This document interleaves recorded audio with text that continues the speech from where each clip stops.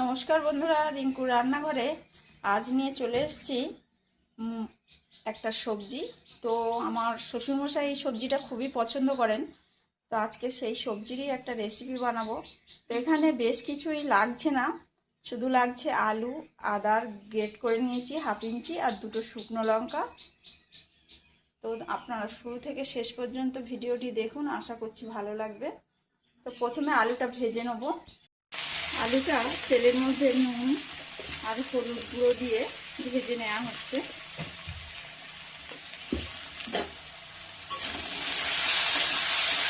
ফোড়নে দিয়ে দিলাম শুকনো লঙ্কা, গ্রেট করে রাখা আদা, দিয়ে দিলাম মোচা। তো আজকের একেবারে সম্পূর্ণ নিরামিষ পদ্ধতিতে রান্নাটা হচ্ছে।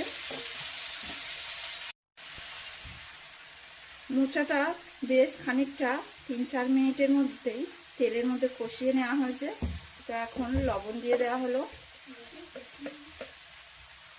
হলুদ গুঁড়ো, লঙ্কার গুঁড়ো,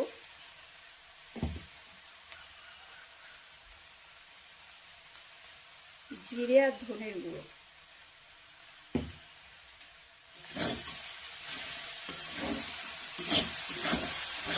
কষার পরে একটু জল দিয়ে দিলাম যাতে ঝাল হলুদের যে মশলাটা সেটা না ধরে যায়। দিয়ে দিলাম ভাজা আলু,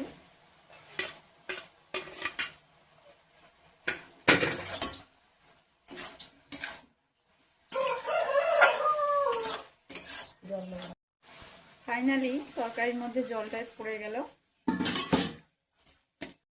ঢাকনা দিয়ে 10-15 মিনিটের জন্য মোচাটাকে সেদ্ধ করতে দেওয়া হবে।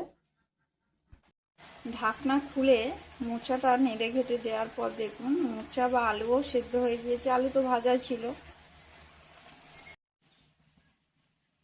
রান্না তো হয়ে এসছে, সব শেষে দিয়ে দিলাম ঘি, গরম মশলার গুঁড়ো,